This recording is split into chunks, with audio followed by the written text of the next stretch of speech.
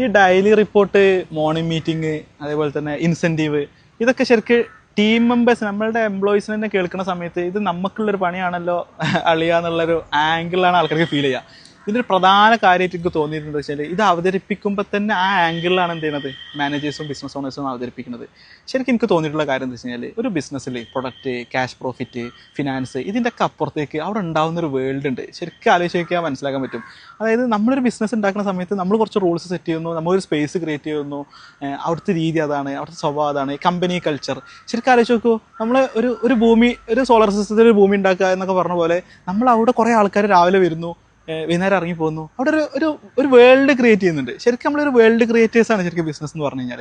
അപ്പോൾ ആ വേൾഡിലുള്ള റൂൾസുകളാണ് നമ്മൾ എന്ത് ചെയ്യുന്നത്, ഇത് സെറ്റ് ചെയ്യുന്നത്. അപ്പോൾ ആ റൂൾസ് എന്തിനായിരിക്കും എന്ന് വെച്ച് കഴിഞ്ഞാൽ അവരെ മാക്സിമം പിഴിഞ്ഞിട്ട് ഇങ്ങോട്ട് പ്രോഫിറ്റ് കൂട്ടുക എന്നുള്ളത് ആ ആംഗിളിലല്ല നമ്മൾ കാണേണ്ടത്. നമ്മൾ കാണേണ്ടത് വെച്ചാൽ അവർക്കും കൂടെ ബെനിഫിറ്റ് കിട്ടുന്ന രീതിയിൽ, അവർക്ക് കൂടുതൽ ഏൺ ചെയ്യാൻ പറ്റുന്ന ഇൻസെൻറ്റീവ്സ് കൊടുക്കാൻ പറ്റുന്ന രീതിയിൽ, സെൽഫ് മോട്ടിവേറ്റഡ് ആയിട്ട് കൂടുതൽ പ്രോഫിറ്റ് എത്തിക്കാൻ പറ്റുന്ന രീതിയിൽ എങ്ങനെ നമ്മൾ സിസ്റ്റംസ് ക്രിയേറ്റ് ചെയ്യാം, എങ്ങനെ റിപ്പോർട്ട്സ് സെറ്റ് ചെയ്യാം, ഈ ആംഗിളിൽ വേണം നമ്മൾ പ്രസൻറ്റ് ചെയ്യാനും നമ്മൾ ചിന്തിക്കാനും.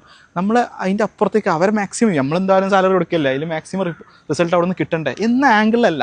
അതായത് ഇവരിപ്പോൾ സാലറി ഓക്കെ അല്ലാണ്ട് വേറെ സ്ഥലത്തേക്ക് പോകണക്കാട്ടി നല്ലത് നല്ല ആൾക്കാരെ കൂടുതൽ ഇൻസെൻറ്റീവ് കൊടുത്ത് നമ്മൾ നിലനിർത്തുന്നതാണ് നല്ലത്.